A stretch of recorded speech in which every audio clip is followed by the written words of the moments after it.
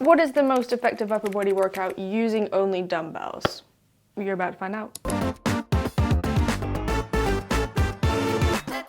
In this video is part 2 of our dumbbell only workout series. I'm going to be walking you through a full upper body dumbbell only workout full of the most effective dumbbell exercises to help you build muscle in your upper body and get the most results possible. All of the dumbbell exercises I've chosen for this routine are backed by science, so you can get the most bang for your buck and you don't have to second guess yourself. You can just go in and focus on progressing. Also, make sure you subscribe so you don't miss the other 2 workouts in this series because they're intended to work together in the full 3-day workout split to give you enough volume for each of the muscle groups to help you see the most progress.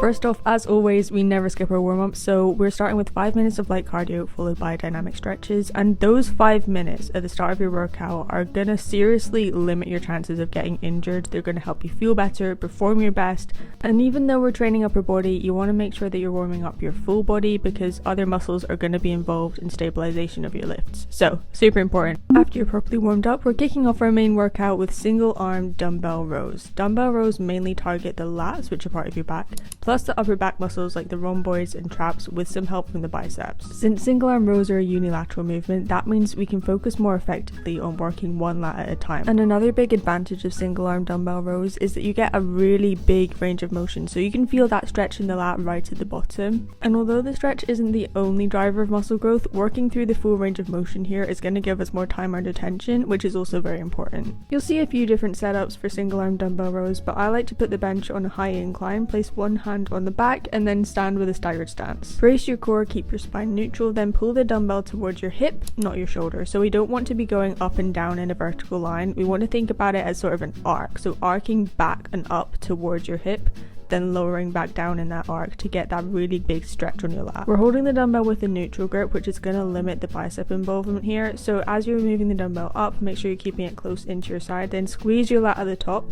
And here, a helpful cue to help you engage the lats more instead of the traps is imagine squeezing a towel between your shoulder blade and your spine. After that, you're just going to lower the weight with control and then repeat the movement. So after you've completed 10 to 12 reps on one side, you're going to switch sides, do the other arm, and then you're going to rest for 60 to 90 seconds. Next up, we're hitting chest, so we're going to bump the bench down a couple notches to around 45 degrees. And the reason we've chosen incline chest press over flat bench chest press is because having the bench at an incline angle is going to recruit more of the upper chest fibers without really sacrificing much, if any, of the lower to middle chest fibers that we would have been working with just using a flat bench. And of course, we'll also have a little bit of front delt and tricep activation going on there as well. Now, you might not have thought about this much before, but the exact angle that you set the bench at actually depends on your body structure. So an easy way to test this is called the sternum test. So you want to lie on a flat bench and place your phone on your upper chest or your sternum. If the phone angles downwards, you've got a steep sternum, meaning that a higher 30 to 45 degree incline might be necessary for you to target the upper chest better. If the phone sits flat, then you've got a flat sternum, so you'll only need a slight incline of around 15 to 30 degrees. Another thing to bear in mind, which you might have seen powerlifters do quite often, is the arch.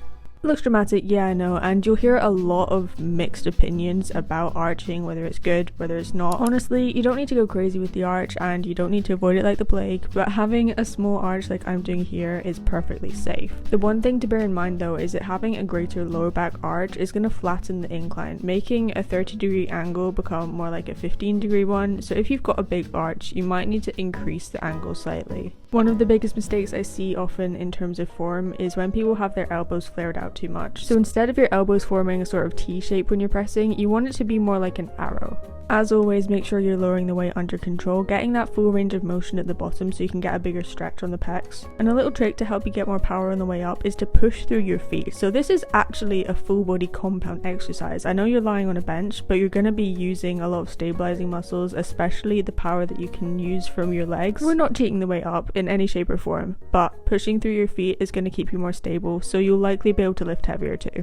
Next up, we're moving on to shoulders, so popping the bench up to the notch that is just below 90 degrees. You'll likely need to drop the weight just a little bit for this one, and seated shoulder press is really great for targeting the front and side delts, with the triceps helping out a little bit on the lockout. We used to think that seated shoulder press mainly targeted the front delts, but recent studies have shown that side delt activation is actually a lot higher than most people realize. But regardless of the exact exercise, I think it's really important to have at least some sort of overhead pressing movement as part of your routine, because it's not only a great compound exercise for developing overall upper body strength and shoulder health, but overhead pressing is great for preparing your body for real life scenarios like lifting your luggage into an overhead compartment on an airplane, or putting boxes on high shelves, or lifting children. It really builds a base for upper body power that makes tasks like everyday tasks easier and safer. So to set up, we're going to kick the dumbbells into position. Even if you're just using light weights to begin with, learning how to kick them up properly is going to help you so much to conserve your energy when you start lifting heavier, so you can push your sets harder, get more reps out, and ultimately that is going to lead to more muscle growth. Once you've got the dumbbells at shoulder height, you're going to keep your core tight, press overhead in a straight path, and don't lock your elbows out at the top. You want to keep a soft bend and then slowly lower back down under control. You don't need to bring the dumbbells all the way down till they're resting on your shoulders. You can stop when they're about creating 90 degrees with your elbows or slightly below. Similar to incline press, I like to keep my elbows tucked slightly, and a good cue is to lead with your pinkies, because that's going to help you emphasize the delts over the triceps. Speaking of triceps, next we're moving into an arm superset. So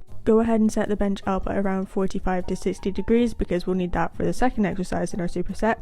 But first of all, we're starting off with overhead tricep extension. This is one of my all-time favorite exercises for the triceps because we're getting a really big stretch on the long head of the tricep especially, which makes up most of the size of your arm. Studies consistently show that overhead tricep exercise variations produce substantially greater hypertrophy in the triceps when compared to other tricep exercises like tricep pushdowns, where the arm's in a more neutral position. The only awkward part of this movement is really getting the dumbbell up into position and then out of position to begin with and end with, but once you're there, you're all good. So a few form cues to keep in mind is keep your elbows tucked, lower the dumbbell slowly behind your head, feel that nice stretch on the triceps at the bottom, then extend fully but without locking your elbows out at the top. After you've done 10 to 12 reps here, we are going straight into the next exercise of our superset, which is single arm dumbbell preacher curl. Preacher curls are one of the most effective bicep exercises out there, especially if you're wanting to target the short head or the bicep peak. Due to your arm position on the bench, the bicep brachialis also gets strong activation, and that's the muscle that's underneath the bicep, so it can add to pushing the bicep outward for more of a fuller look. Another aspect that makes preacher curls so good is because your upper arm is fixed in place, so you're reducing the shoulder movement and forcing the biceps to do the work. That means it's pretty much impossible to use momentum in this movement, which allows us to maximize the muscle tension that the biceps are experiencing. When you're setting up, the angle that the bench is at is really important because you want your upper arm to be flush against the bench, not lifting off at funny angles, leaving gaps or balancing on your elbow. Once you're in position, curl the way up slowly, pause and squeeze at the top, and then lower under control. You want to take a lot of care in that bottom portion because it is going to be a lot of tension on the biceps in the stretch position, and you are going to feel it. This one is intense, so really prioritize control here. Do your 10 to 12 reps and then go straight into the other arm, and that is your first superset complete. We've got 3 rounds, so after taking 60 to 90 seconds rest, we're going to go back into tricep extensions and then complete our other 2 supersets. Moving on to one of the most humbling exercises to ever be invented, we are doing dumbbell lateral raises. We used to think the shoulders could only be divided into 3 main heads, the front, side, and rear delt. But recent more detailed studies have actually shown that the shoulders are a lot more complicated than we initially thought, and we can really divide it into more like 7 segments instead of 3. Now, does that mean the way we train shoulders is going to change dramatically? Probably not, but it is helpful to bear in mind that including a variety of different angles and planes of motion in your shoulder training is going to help you target the shoulders most effectively and build them in the most well-rounded way. You'll see this in action more in our full body workout, which is the last workout of our 3-day workout split, but for now we're going to be focusing on the middle fibers of the delts. So standing with your feet shoulder width apart, knees soft and core engaged, you're going to hold the dumbbells at your sides, your palms facing toward your body in a neutral grip. Roll your shoulders back and down, and then as you're raising the weight, think about pushing the dumbbells away from you rather than pulling them upwards. Make sure you're not looking at your elbows, and a really good cue to help you focus on targeting the side delts more is leading with your pinky. Imagine you're tipping 2 jugs of water up with your hands, and when you get to the top, you're pouring that water out onto the floor.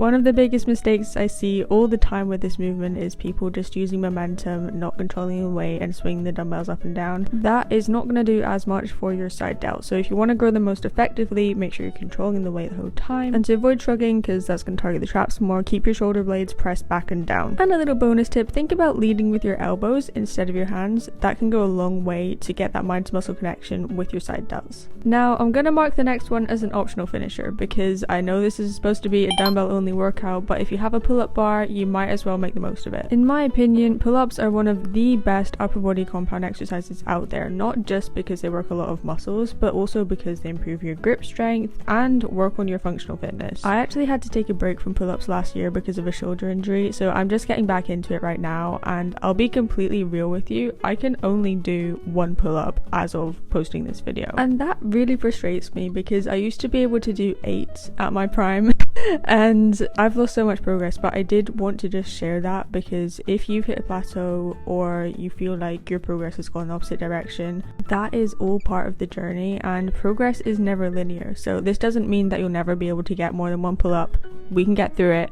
It's just the way that you approach it that matters. Let me know if you want me to do a separate video walking you through all of the pull-up progressions, because I know pull-ups are quite a technical exercise and it's important to get the form down first, but here's a few variations you can try to get your first pull-up. First of all, you want to master the active hang. This is not like a dead hang where you let your shoulders shrug up. Instead, we want to retract our shoulder blades so we're keeping them back and down, similar to what we were doing in lateral raises. From there, we can go into scapular pull-ups. So relax into that dead hang and then pull your shoulder blades back and down like we were doing in our active hold.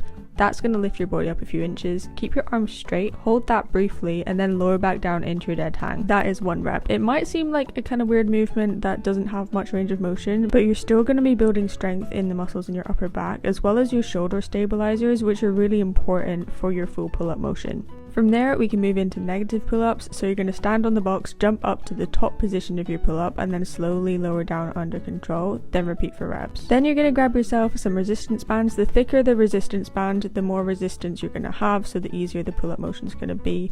I would recommend choosing resistance bands over the assisted pull-up machine, just because it puts your body in the more natural position that you'll need to be in for the pull-up, and there's going to be more core involvement. So you're training multiple aspects of the pull-up, and opting for bands over the machine is also going to allow you to develop that pull-up technique a lot faster as well. So setting up, we want an overhand grip with your palms facing away from you, slightly wider than shoulder width apart. Retract your shoulder blades, squeeze your glutes and engage your core, and then keep your chest up the whole time as you're pulling the bar towards your chest. A helpful cue when initiating the movement is thinking about driving your elbows back and down into your back pocket. Also make sure that you're aiming to get your chest to the bar, not your head to the bar, because we want our chin to actually go over the bar to count as a full rep. Lower yourself down slowly with control, and you've done your first pull-up. Now pull-ups can take a long time to master, but the most important thing, as with any exercise, is consistency. So keep showing up with your pull-ups, aim to progress them from week to week, either by using a lighter resistance band or really slowing down those reps. But if increasing your pull-up strength is one of your main goals, I would recommend switching this exercise from the end of your workout to the very start, when you've got the most energy and you're going to be able to put more into it.